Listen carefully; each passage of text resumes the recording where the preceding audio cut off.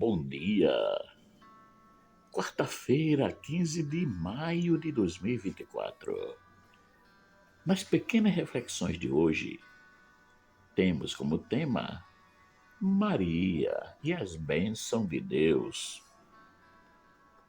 Muitos de nós, ainda hoje, pedimos a bênção aos nossos pais, tios, avós, padrinhos e ao padre. É um costume que está desaparecendo, mas que é muito usado nas famílias com uma tradição religiosa forte. Ao fazermos esse ato, estamos nos colocando diante do Senhor para que o nosso dia e as nossas ações não sejam feitas de qualquer jeito, mas que sejam realizadas com a presença divina recebida na bênção. E podemos dizer que aquele que abençoa fica feliz por poder participar do nosso dia através daquela bênção. Todos nós sabemos que a fonte da bênção é o próprio Deus e que, mesmo com as nossas fraquezas, Ele continua a derramar sobre nós as suas graças e bênçãos. Com a vinda de Jesus, essa fonte passa a ter um novo nome. É Ele que passa a nos abençoar em nome de Deus. Bendito o Deus e Pai de nosso Senhor Jesus Cristo, o qual nos abençoou com todas as bênçãos espirituais nos lugares celestiais em Cristo. Efésios capítulo 1, versículo 3. E a primeira bênção que Jesus deu a uma criatura foi quando ainda estava no ventre de Maria, abençoou João Batista, que estava no ventre de Isabel. Pois quando a tua saudação chegou aos meus ouvidos, a criança estremeceu de alegria em meu ventre. Lucas capítulo 1, versículo 44. Maria, a cheia de graça, portadora da bênção do Senhor. A presença de Jesus em sua vida a abençoou para sempre, pois, como todos nós sabemos, que a mãe não é um adereço nas nossas vidas, como algo passageiro que podemos descartar quando quisermos, mas é a nossa origem aqui na Terra. Nenhum de nós estaríamos lendo esse escrito se a nossa mãe não aceitasse a sua gravidez como um dom de Deus e nos desse a luz e nos criando e educando-nos na fé em Cristo. Portanto, mãe é mãe para sempre. Por isso que dizemos que Maria é realmente uma criatura abençoada por Deus, porque para poder receber Jesus em seu ventre, era preciso que Deus a purificasse e a abençoasse. Hoje, nós temos o costume de dizer que uma pessoa é abençoada quando ela é de igreja ou que aceitou Jesus. Quantas vezes eu já escutei essa frase, tanto de evangélicos como de católicos? Você é um abençoado ou simplesmente abençoado. Ora, se podemos dizer isso conosco, por que não podemos dizer com Maria, que foi a escolhida, a cheia de graça? Nós temos certos comportamentos que, muitas vezes, nos colocam em contradição, porque aceitamos que um de nós seja chamado de abençoado, porque aceitou Jesus, mas não aceitamos Maria, que é a sua mãe, que é aquela que não só o gerou, como conviveu com ele e agora continua ao seu lado na eternidade. Jesus é a nossa fonte de bênção. Porém, podemos acreditar que Maria pode nos aproximar muito bem dessa fonte. O nosso relacionamento com ela não é de endeusamento, mas de reconhecimento pelo seu sim que nos deu o Salvador. Acreditamos na sua intercessão junto ao seu Filho Jesus, porque humanamente um filho procura cuidar da sua mãe e atender aos seus pedidos. Então, Com Jesus não será diferente.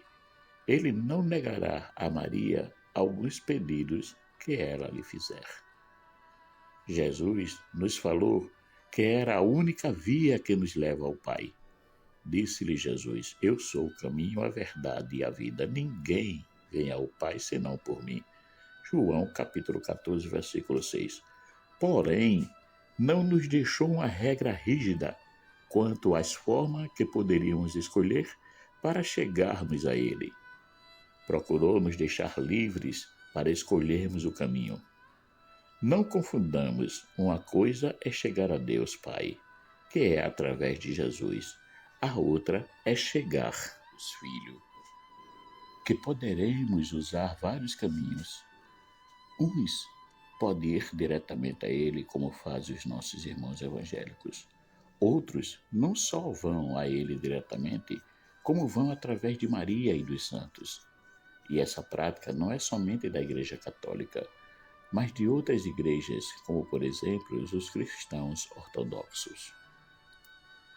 Nós não temos Maria como a mediadora em relação a Deus Pai, mas sim a Jesus, porque sabemos que é só Ele que pode nos levar ao Pai.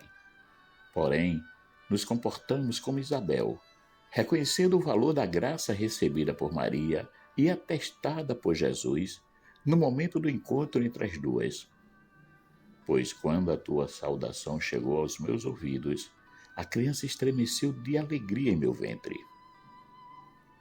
Essa bênção com o Espírito Santo só se deu graças a Jesus que estava no ventre de Maria.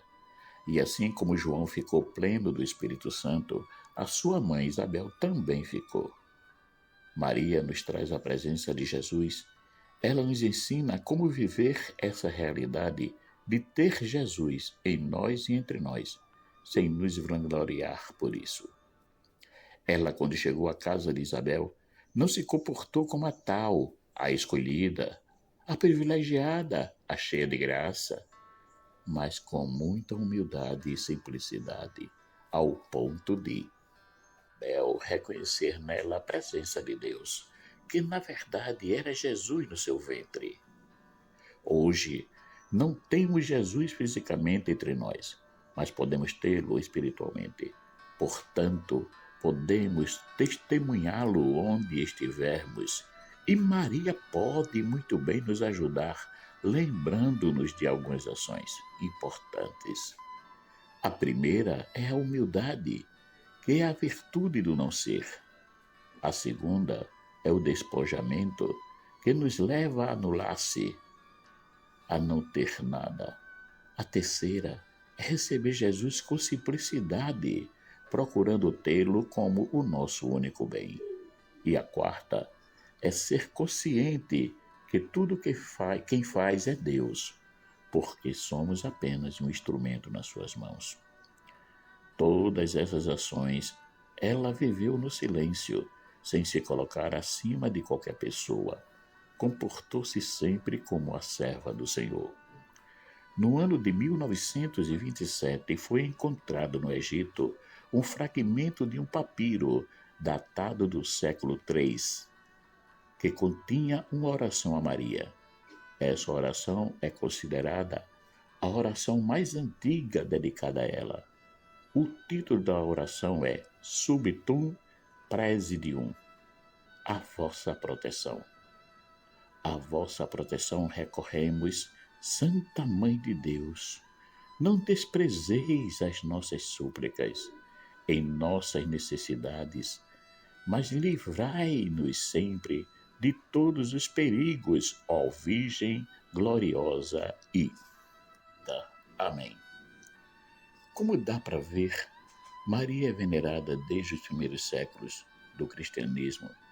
Naquela época não se falava de catolicismo e nem de evangélicos, mas de cristãos, dos primeiros cristãos, que procuravam viver a sua fé, reconhecendo o que Maria tinha do projeto de salvação, que Deus a chamou a cooperar com ele.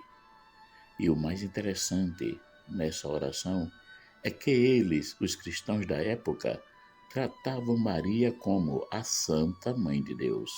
Marcos Laurentino.